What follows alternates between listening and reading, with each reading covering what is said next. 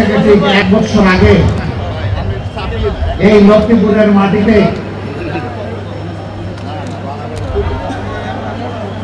এই আঙ্গিনায় তো দূরের কথা, কোন 1 ইঞ্চি জায়গার উপর দাঁড়িয়ে এমন একটি কথা বলতে পারবো তা কল্পনাও করি নাই।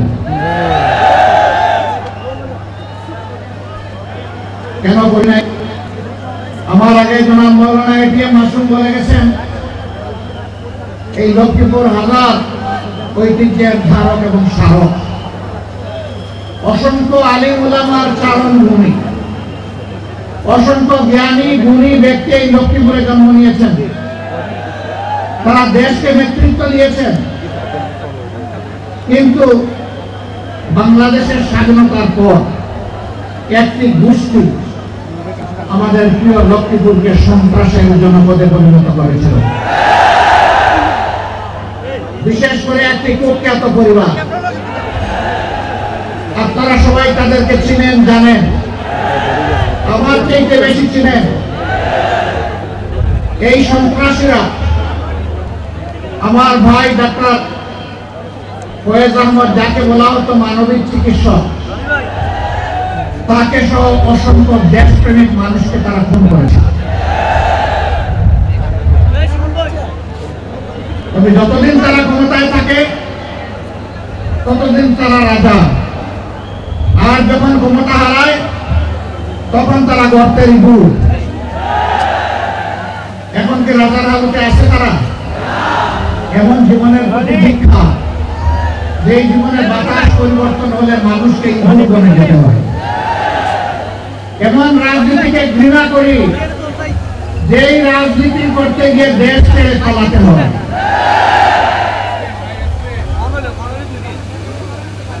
আসুন এমন জীবন গঠন করি, যেই জীবন সর্বাবস্থায় আমার জন্য সম্মানের হয়, ফাঁসির রশিতে ঝুললেও যেন সম্মানের হয়, ফাঁসির পাতাকরের উপর দাঁড়ালেও যেন সম্মানের হয়, আবু সাইদের মতো বুক পেতে গুলি নিলে সেটাও যেন আনন্দের হয়। এমন জীবনে রাজনীতিবিদের জীবন হওয়া উচিত। প্রিয় সম্মানিত ভাইরা, এই 24-এর পট পরিবর্তনে লক্ষ্মীপুর একদিন আগে স্বাধীন হয়েছে। লক্ষ্মীপুরবাসীকে মোবারকবাদ। বাংলাদেশ স্বাধীন হয়েছে 5 আগস্ট অথবা 36শে জুলাই। আপনারা আল্লাহর পক্ষ থেকে স্বাধীনতা পেয়েছেন 4 আগস্ট, কিন্তু বিনামূল্যে নয়, অতি উঁচু মূল্যে। 11টা তাজা প্রাণ এই শহরের মাটিতেই ধরে গেল। জালিমদের হাতে এইভাবে যুগে যুগে যারা দুনিয়া থেকে বিদায় নিয়েছেন, আমি তাদেরকে গভীর শ্রদ্ধার সাথে স্মরণ করি। মহান রবের দরবারে দোয়া করতে আল্লাহ যেন তাদেরকে শহীদ হিসেবে দেন। আমি শ্রদ্ধার সাথে স্মরণ করছি আমার অভিভাবক, আমার প্রিয় নেতা জনাব মাস্টার শফিকুল্লাহকে। আমি স্মরণ করছি আমার সিনিয়র সহকর্মী জনাব অ্যাডভোকেট আবুল কাসেম। এরকম যারা এই জমিনে তিলে তিলে কষ্ট করে মানুষের কাছে ন্যায় এবং সত্যের আওয়াজ, ইনসাফ কায়েমের আওয়াজ পৌঁছে দিয়েছিলেন, আজকের এই জনসভা তাদের কষ্টের ফসল। আল্লাহ তাআলা তাদের সকলকে ক্ষমা করুন। আল্লাহ তাআলা তাদেরকে অত্যন্ত উন্নত মর্যাদা দান করুন। তাদের স্বপ্নের বাংলাদেশ গড়ার জন্য আমাদেরকে আল্লাহ শক্তি দান করুন। ভাইরা, 53টি বছর এক এক করে চলে গেল। আমরা আসলে এই সত্যিকার অর্থে স্বাধীনতার স্বাদটা পেলাম না। এর আগেও 47-এ একবার আমরা স্বাধীন হয়েছিলাম, তখনও পেলাম না।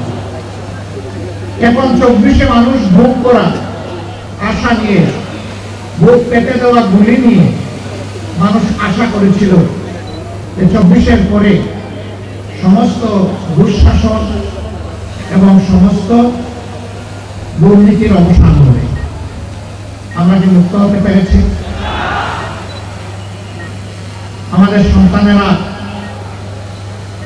একটা বিশাল স্বপ্ন নিয়ে তারা জীবন দিয়েছিল। আমাদের প্রিয় সন্তান বুক পেতে ডানা মেলে বলেছিল, বুকের ভিতরে তুমুল ঝড়, বুক পেতেছি গুলি কর। কি সেই ঝড়? সেই ঝড়টা ছিল সমাজের অন্যায়, অবিচার, দুর্নীতি এবং দুঃশাসন।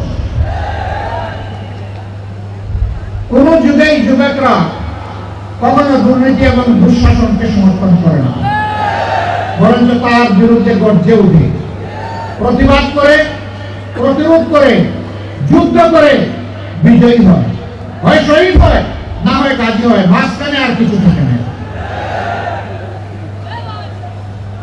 এই আন্দোলন করতে গিয়ে শত শত যুবক, শ্রমিক, মেহনতি মানুষ, সাধারণ মানুষ জীবন দিল।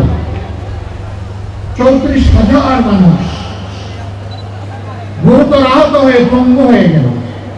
কারো দুটি চোখ নেই, কারো দুটি পা নেই, কারো এক পা নেই, কারো এক হাত নেই। কেউ মেরুদণ্ড গুলিবিদ্ধ হয়ে বাসায় কিংবা হসপিটালে একটা জীবন্ত লাশ হয়ে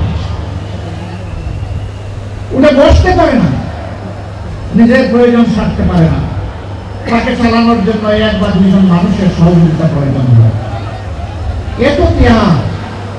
এত ত্যাগের পরে সমাজে অন্তত লক্ষ্মীপুরে কোনো চাঁদাবাজি নেই। লক্ষ্মীপুরে চাঁদাবাজি আছে? শিওর আপনারা? এখানে কোনো দুর্নীতি নেই, এখানে কেউ কোনো কিছু অন্যায়ভাবে দখল করে না।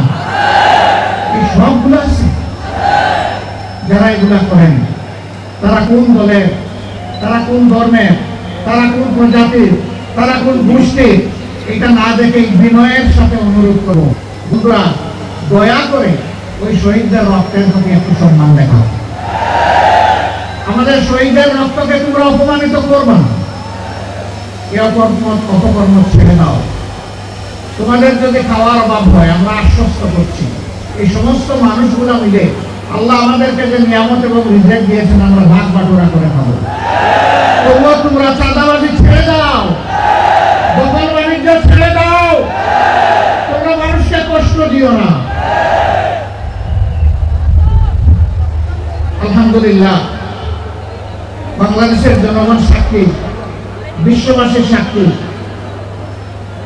2009 সালের 10 জানুয়ারি আওয়ামী লীগ ক্ষমতায় আসার পর 2024 সালের 5 আগস্ট পর্যন্ত যেই দলের সবচেয়ে বেশি সংখ্যক শীর্ষ নেতাকে খুন করেছে তার নাম হচ্ছে বাংলাদেশ জামাত ইসলামী। এক করে 10 জনকে খুন করেছে, আর আল্লাহ একজনকে বাঁচিয়ে রেখেছেন। তিনি হচ্ছেন আমাদের ভাই এটিএম আজহারুল ইসলাম।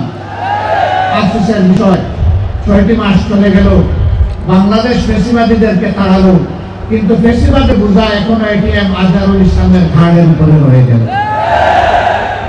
এক করে জাতীয় নেতৃবৃন্দ সবাই বের হয়ে আসলেন, এখনো আজহারুল ইসলাম অন্ধকার প্রকোষ্ঠে থেকে গেলেন কারাগারে। তাই আমি মনের কষ্ট নিয়ে সেদিন বলেছি যে আজহার ভাইকে ভিতরে রেখে আমি আর বাইরে থাকতে চাই না।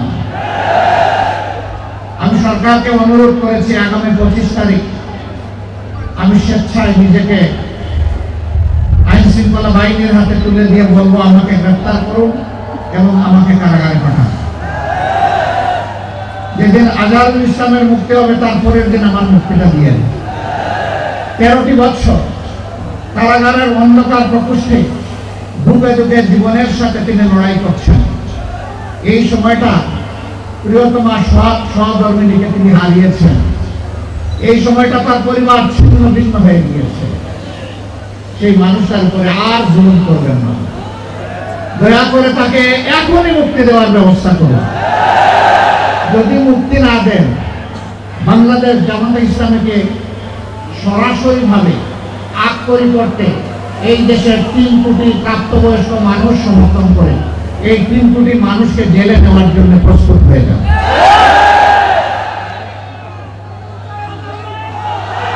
আমার সম্মানিত ভাইরা,